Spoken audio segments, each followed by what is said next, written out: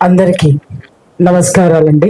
ముందుగా జమలమ్మ తల్లి పాదాలకి నమస్కరిస్తూ ఇక్కడ ఇంత మహా ఉద్యమాన్ని చేపట్టినటువంటి మన సాధు సత్పురుషులందరికీ కూడా, ధర్మరక్షకులందరికీ కూడా నమస్కారాలు. అలాగే అన్నిటికీ మించి యువ చైతన్యం ఇక్కడ కూర్చొనుంది, వాళ్ళకు ఒక్కసారి చప్పట్లు కొట్టండి దయచేసి.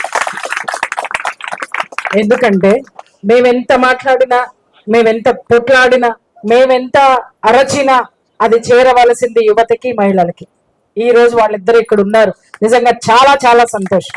ఎందుకంటే ఇంట్లో ఒక మహిళ చైతన్యం అయితే ఇల్లు మొత్తం చైతన్యం అవుతుంది. ఇంట్లో ఉన్నటువంటి యువకుడు, ఊరిలో ఒక్క యువకుడు చైతన్యవంతుడైతే ఊరు మొత్తం కూడా బాగుపడుతుంది. అందుకే వీళ్ళిద్దరూ కూడా అక్కడ ఆ ఊరికి రెండు కళ్ళు, సమాజానికి కూడా రెండు కళ్ళు వీళ్ళు. ఇంకపోతే విషయానికి వస్తున్నా, మన శంకర స్వామి గారిని మొన్న అరెస్ట్ చేసినటువంటి విధానము నిజంగా చెప్తున్నాను, సిగ్గుతో చచ్చిపోయినానండి ఆ వీడియోస్ స్వామి నాకు పంపిస్తే. ఎందుకంటే ఎవరైనా సరే ఒక చిన్న విషయము వేరే మతస్థుల్లో జరిగితే ఏమిరా అంటే ఎంతమందిమో చూడండిరా అని చూపిస్తున్నారు.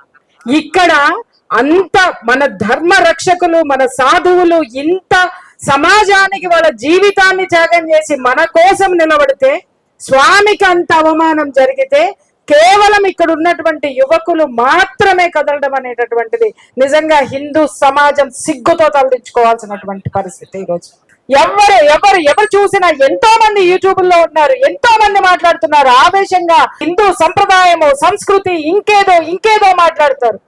కానీ వాళ్ళు ఎక్కడెక్కడ విషయాల్లో మాట్లాడతారు, ఎంత ఆవేశంతో మాట్లాడతారు. కానీ స్వామీజీకి జరిగినటువంటి అన్యాయం గురించి మాట్లాడిన యూట్యూబర్లు ఎంతమంది ఉన్నారు?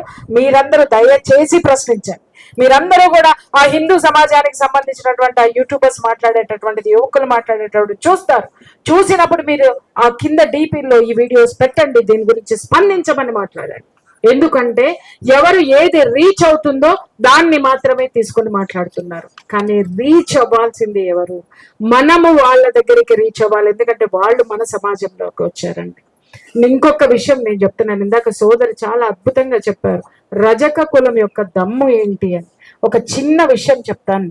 మొన్న ఖమ్మంలో జరిగినటువంటి విషయానికి వస్తే, ఆ పాప ఎవరైతే ఉందో, ఆ మహమ్మద్ గౌజ్ గారు చేసినటువంటి అకృత్యానికి ఆ పాపని నిమ్స్ హాస్పిటల్ కి తీసుకొని వస్తే మొట్టమొదటిసారిగా వెళ్ళి చూసింది నేను. ఆ పాప ఎందుకు వెళ్ళానో కూడా చెప్తానండి. ఆ పాపని ఆ బెడ్ మీద చూస్తే చెప్తున్నానండి, 4 hours నాకు కడుపులో ఇలా తిప్పి వామిట్ వచ్చింది. ఎందుకు వామిట్ వచ్చిందంటే ఆ పాప పరిస్థితిని నేను జీర్ణించుకోలేకపోయాను. ఆ పాప ఇంత చిన్న మూటలాగా ఉండిపోయింది. ఒక్క ఎముక కూడా ఆ పాపకి లేదు. మొత్తం ఎముకలన్నీ కూడా, మొత్తం షోల్డర్స్ విరిగిపోయినాయి, చేతులు విరిగిపోయినాయి, స్పైన్ ఫ్రాక్చర్ అయిపోయింది. ఆ పాప ఇట్లా ఉండింది. ఆ స్థితిని చూసి ఆ పిల్ల అచేతనావస్థలో చూసిన తర్వాత ఎందుకు బాధేసింది చెప్పమంటారండి? ఎందుకు నేను అంతసేపు అయ్యానంటే, నా చిన్నప్పుడు మా ఇంట్లో దుర్గమ్మ అని ఒక చాకలి ఉండేది మా కుటుంబానికి. మా అమ్మకి కూడా ఆవిడ పురుడు పోసారు. ఇప్పుడు నాకు 52, మా మదర్కి పురుడు పోసారు. మొన్న ఈ మధ్యనే ఆవిడ 90 ఏళ్ళు వచ్చి కాలం చేశారు. మా ఇంట్లో ఏ శుభకార్యం జరిగినా కూడా ఆవిడే రావాలి. ఆవిడ వస్తేనే మాకు ఆ పని ముందుకెళ్తుంది. మాకు ఎవరైనా పిల్లలు ఏడిస్తే ఆమె వచ్చి దిష్టి తీసేసేది. పెద్దలకు ఏదన్నా జరిగితే వచ్చి ఏదో ఒక తంత్రం చేసేసి, అలా చేసేసి, అమ్మ బాగుంటుంది పో, సంసారం బాగుంటుంది పో, అది పో. ఏది చేసినా మా ఇంట్లో ఒక చాకలి యొక్క ఆ ప్రాముఖ్యత, ఆ బలము, ఆ ధర్మము, ఆ చలువ నేను చూశాను. చాకలి ఉన్న ఇల్లు చలువతో ఉంటుందండి. ఈరోజు మన దురదృష్టం ఏంటి అంటే, ఎక్కడా కూడా ఇవాళన్నీ కూడా ఫంక్షన్లన్నీ కూడా ఈవెంట్ మేనేజర్లకు ఇస్తున్నారు. ఏమండి, ఈవెంట్ మేనేజర్లో ఒక్క చాకలి ఉన్నాడా చూపించండి. ఈరోజు పెళ్లిళ్ళు ఎందుకు పెటాకులు అవుతున్నాయి? అక్కడ గోళ్లు తీసే మంగలి లేడు, దిష్టి తీసే చాకలి లేడు, తలంబ్రాలు కలిపి చేయి వేసి ఆశీర్వదించేటటువంటి చాకలి లేరు, అక్కడ పెళ్లి మండపాన్ని ఆశీర్వదిస్తూ కట్టేటటువంటి మేదరి లేడు, మంగలి లేడు. మన ధర్మం ఇందాకటి నుంచి మొత్తం చారాళ్ళందరూ కూడా చెప్తున్నారు, గర్వాపసి అవ్వండి. మన పిల్లలు ఎక్కడో బీటెక్లు చేసి అక్కడికి వచ్చి హైదరాబాద్ నిండా ఉండి వాళ్ళు రెంట్ కట్టుకోలేక ఏం కట్టుకోలేక స్విగ్గీలో జొమాటోలో మోస్తూ అక్కడ ఉద్యోగం చేస్తున్నామని ఆ అబద్ధం చెప్పి ఆత్మసాక్షిని చంపుకుని బ్రతుకుతున్న బిడ్డలందరికీ కూడా నేను చెప్తున్నాను, గర్వాపసి అవ్వండి. ఎందుకంటే ఈ రోజు నేను ఫేస్ చేస్తున్నాను, ఆ పట్నంలో సిటీలో ఒక్క చాకలి దొరకడం లేదండి, ఒక్క చాకలి దొరకడంలా. ఇది వరకు ఇస్త్రీ చేయడం అంటే ఆ చాకలి చేసి ఇచ్చిన ఇస్త్రీ చేసుకొని బయటికి వెళ్ళినాడు, ఘనంగా పోయి వాడి పని చేసుకుని వచ్చేవాడు, వ్యాపారం చేసుకునేవాడు, సుష్టుగా సంపాదించుకునేవాడు, తీసుకొచ్చేవాడు, ఇంటి పోషించుకునేవాడు, చాకలికి ఇచ్చేవాడు, చాకలి ఆశీర్వదించేవాడు. నువ్వు ఎప్పుడు నువ్వు ఎప్పుడు ఇట్లానే ఉండాలి, సారు నువ్వు ఎప్పుడు ఇట్లానే ఉండాలి, అయ్యా నువ్వు ఇంకా బాగా నువ్వు మంచిగా ఉండాలి. ఎవరు కొత్త కారు కొనుక్కున్నా ఎదురొచ్చేది చాకలే, ఎవరు కొత్త బండి కొనుక్కున్నా ఎదురొచ్చేది చాకలే, కొత్త జంటకి ఎదురొచ్చేటటువంటిది చాకలే. చాకలికి ఉన్నటువంటి శక్తి అంత గొప్పది. ఈ రోజు మనం ఇంత దైన్యంగా ఈడ కూర్చొని జట్కా పెట్టుకోవాలండి, హలాలొద్దండి అని అడగడం కాదండి. ఉతికే బండ ఉంది చూసినారా, బండ ఉంటది చూడండి, పట్టుకొని పగలగొట్టి తలకాయల పగలగొట్టి నిలబడాల్సిన దమ్ము మన యొక్క ధర్మంలో, హిందూ సాంప్రదాయంలో ప్రతి ఒక్క కులంలోనూ ఉంది. ఆ వీరత్వం, శూరత్వం ఉంది. మనం బేలల్లాగా అధికారుల ముందు నిలబడి అడుక్కోవాలా, ఎమ్మెల్యేల ముందు నిలబడి అడుక్కోవాలా? ఎమ్మెల్యేకి అంత ధైర్యం ఎక్కడి నుంచి వచ్చిందండి? ఎందుకో చెప్పనా, ఈ గద్వాల్ జిల్లాలో ఓట్లు ఎన్ని ఉన్నాయిరా, బీఆర్ఎస్ కి, కాంగ్రెస్ కి, ఇంకెవరికై ఎన్నున్నాయి అనగానే ముస్లిం ఓట్లు జనాభా ఒక 10,000 మంది ఉంటే ముస్లింలు ఎంతమంది ఉన్నారు? 3,000 మంది ఉన్నారు. క్రిస్టియన్లు ఎంతమంది ఉన్నారు? 2,800 మంది ఉన్నారు. తర్వాత మిగిలిన హిందువులు అడగరు. ఎవరున్నారు? బీసీలు ఎంతమంది, ఓసీలు ఎంతమంది, ఎస్సీలు ఎంతమంది, అందులో కాపులు ఎంతమంది, తర్వాత మాలలు ఎంతమంది, కమ్మ ఎంతమంది, రెడ్ ఎంతమంది, కాపులు ఎంతమంది? మనం ఎవరు హిందువుల్ని కాదా? ఎందుకు వాడిని చూస్తే పొలిటీషియన్ భయపడుతున్నాడు అంటే, వాడు వ్యవస్థీకృత విషయానికి వచ్చినప్పుడు మతం అనేటటువంటి ఒక చట్రంలో వాడు నిలబడి ఘనంగా కనిపిస్తున్నాడు. కానీ మన ధర్మాన్ని మనం మర్చిపోయి కులాల ప్రకారం వాడు విడదీయంగానే నా కులం గొప్పది అని మనం బయటికి పోయి మన ధర్మాన్ని ఇలా మనం నిర్లక్ష్యం చేయడం వల్లనే ఈ రోజు మనం వీళ్ళని అడుక్కునే పరిస్థితికి వచ్చాం. మనలో ఐక్యత ఎందుకు లేదు అని ఒక్కసారి మనం ప్రశ్నించుకుందాం.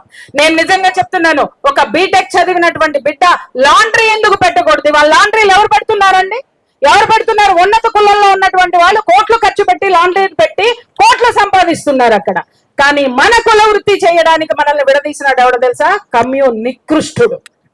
విడదీసింది ఎవడో? అరే నీ కులం చేస్తావా, నువ్వు అణగారిపోయి ఉన్నావు, నువ్వు నీ కులం చేయకూడదు, నువ్వు చదువుకోవాలి, నీకు ఉద్యోగం రావాలి, నీకు అది రావాలి అన్నాడు. రెచ్చగొట్టాడు. నీ కులం నుంచి ఇతర కులాల నుంచి నిన్ను విడదీశాడు. నువ్వు గొప్ప అన్నాడు, చదువుకోమన్నాడు. ఉద్యోగం ఏది రానంటే ఒక్క పరిశ్రమని రానిస్తే చదువుకున్న మీ అందరికీ ఉద్యోగం వస్తుందని.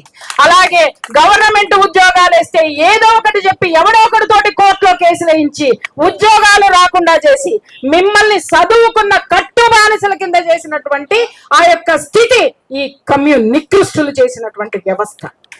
ఈ రోజు పిల్లలు చదువుకొని మేము చదువుకున్నాం కాబట్టి మా కుల వృత్తి చెడ్డది లేదా మా కుల వృత్తి తక్కువ అని చెప్పి అక్కడికి వచ్చి ఏం చేస్తున్నారు? దుబాయ్లో ఏం చేస్తున్నారు? బాత్రూములు కడుగుతున్నాం, దుబాయ్లో కూలీలుగా బతుకుతున్నాం. కానీ మన ఊర్లో కూలి అంటే నామోషా? మన జన్మభూమి ఇది, మన భూమి, మన ఊరు, మన వాడికి ఇల్లు నేను కట్టి ఇస్తున్నా. నేను కూలి పని చేయడం లేదు, నేను వాడికి సాయం చేస్తున్నా. అలాగే కూలి ఇచ్చేటటువంటి వాడు కూడా అనుకోవాల్సిన రోజు రావాలి. అరే వీడు లేకపోతే నా ఇల్లాడుంది, వీడు లేకపోతే నా బాత్రూమ్ కడిగేవాడు ఎవరున్నాడు, వీళ్ళు లేకపోతే నా బట్టలు ఉతికే వాళ్ళు ఎవరున్నారు. ఒకప్పుడు సమాజం అంతా ఒకళ్ళనొకళ్ళు గౌరవించుకొని బ్రతికినటువంటి సమాజంలో చిచ్చులు పెట్టినటువంటి దరిద్ర దౌర్భాగ్యం కమ్యూనిస్టులు చేస్తే దాన్ని మనం కొనసాగించుకుంటూ ముందుకెళ్తూ మన పిల్లల్ని చదువు పేరిట ఈ జన్మభూమికి దూరం చేసి మనం పంపిస్తున్నాం. ఇక్కడ మనం అనాథలమై బ్రతుకుతున్నాం. యువత లేదు. ఈ రోజు యువత గర్వాపసి అవ్వాలి, ఎవరి ఊర్లలో వాళ్ళు రావాలి. ఈ రోజు విదేశాలకు పంపించాలని చెప్పి ఉన్న పొలాన్ని, జాగాని, ఇళ్ళని ఎవరికి అమ్ముతున్నాం మనం? ఎవరికి అమ్ముకుంటున్నాం? అక్కడ ఉద్యోగాలు ఉన్నాయా చాలా మందికి? మీకు తెలుసా? ఎప్పుడైనా అమెరికా వెళ్ళి చూసారా? మీరు చూసేది 1% వాస్తవం మాత్రమే. 99 అబద్ధపు జీవితాలు అక్కడ ఉన్నవన్నీ కూడా. ఏం జరుగుతున్నాయో మాలాంటి వాళ్ళకి తెలుసు, ఏం జరుగుతున్నాయో తెలుసు. అక్కడ ఆ జీవితాలు బ్రతికే కంటే నీ గడ్డ మీద ఇక్కడ అన్ని అమ్ముకుని వెళ్ళావు. ఈ రోజు నీ జన్మస్థలం, నీ జన్మభూమి గురించి చెప్పాలంటే నీ అడ్రస్ గల్లంత అయిపోయినటువంటి క్షణం. ఇక్కడికి రాలేక ఉన్నాయి అమ్ముకుని వెళ్ళి అక్కడ జీవితం భరించలేక అక్కడ కూలి వాళ్ళుగా సస్తున్నాం. అక్కడ 4 రోజులు 6 రోజులు పాచి కూరలు తినే బతుకుతూ గొప్పతనం అని అనేటటువంటి ఫాల్స్ ప్రెస్టేజెస్ నుంచి బయటకు వచ్చి ఏ రోజు కాకు ఆ రోజు సాయంత్రం అవ్వగానే, అన్నాలు తిన్న టైం అవ్వగానే మాదాకబలం అని చెప్పి భిక్షం ఎత్తుకునేటటువంటి వాళ్ళు వచ్చారు. ఆ రోజు ఉన్నది మనం తినగా తిరిగి పెట్టేవాళ్ళం. అది మన ధర్మం. ఆరోగ్యం కూడా ఏది నిలవ ఉండేది కాదు. ఆహారం నిలవలేనటువంటి ఆహారం అప్పటికప్పుడు వండుకొని టైంకు తిని పడుకున్నాం, ఆరోగ్యంగా ఉన్నాం. ఈ రోజు కార్పొరేట్ సెక్టర్స్ పేరుతోటి ఆరోగ్యాలు నాశనం అయిపోయినాయి. ఇళ్లలో వండుకొని తినాలి. అలాగే మనము మన ఐక్యమత్యంతో ఉండాలి. ఎవడైనా సరే గడప లోపల కులం, గడప బయట హిందువులం కాదు. మన కులంలో మనం ఉన్నాం. మన బిడ్డలకి మనం కులం యొక్క గొప్పతనం చెప్తాం. పక్కవాడు కూడా మనవాడే. ఎవరు ఎవరు? మన హిందువు మాత్రమే మనవాడు. మన హిందువు మాత్రమే మనవాడు. మనమే ఈ దేశాన్ని బాగు చేయాలి. దయచేసి నేను చెప్తున్నాను, శంకర స్వామి గారిని అరెస్ట్ చేసినటువంటి విషయంలో ఇప్పటి వరకు కూడా ఎన్నో హిందూ సంఘాలు పేర్లు పెట్టుకొని పొద్దున్నే లెగిస్తే ఉపన్యాసాలు ఇస్తున్నారు. మీకు కోపం వస్తే నన్ను ఏమైనా తిట్టుకోండి, నాకు పోయేదేం లేదు. నా తిండి నేనే తింటున్నాను, నా బుక్క నేనే తింటున్నా, ఎవరు పోషించట్లా. కానీ వాస్తవం మాత్రం మాట్లాడాం. ఇక్కడికి వచ్చినటువంటి పెద్దలు ఎంత బాధ్యత తీసుకొని ఇక్కడికి వచ్చి స్వామిని కాపాడుకోవాలి అనేటటువంటి ఆ యొక్క దక్షత, ఆ యొక్క హృదయం మిగిలినటువంటి హిందూ సంఘాలకి ఎందుకు లేవు? ఎందుకు రాదు అంటే గద్వాల జిల్లాలో జరిగితే గద్వాల జిల్లా జనమేనా? అక్కడ హిందువులు వేరు, ఇంకొక చోట హిందువులు వేరు, ఇంకొక చోట హిందువులు వేరు. అవునా? ఇది ఎంత దౌర్భాగ్యం. కానీ స్వామి ఇక్కడ సంబంధించిన ఆయన కాదే, ఎక్కడో ఉన్న ఆయన. ఇక్కడ ఉన్న మన యువకులకి అందరికీ, మనందరికీ కూడా ఒక ఉద్యమం కోసమని ఆయన మన కోసం వచ్చిన స్వామీజీకి అంత అవమానం జరిగితే మనం హిందువులం, మన రక్తం మరగదా? మనం ముందుకు రావాల్సినటువంటి అవసరం ఉంది. నేను చెప్తున్నాను, మీరు ఈ ఊర్లో సంఘం కాదు, పక్క ఊరు సంఘం కూడా మనదే. ఇక్కడ ఏదైనా జరిగితే మనం అనేటటువంటి వాడు కమ్మ, కాప, రెడ్డ, మాల, మాదిగ, బలిజ, ఎస్సీ, ఎస్టీ ఎవరైనా సరే మనము హిందువు అనేటటువంటి వాడు మన రక్తము, మనమే. కదిలి రండి, దయచేసి కదిలి రండి.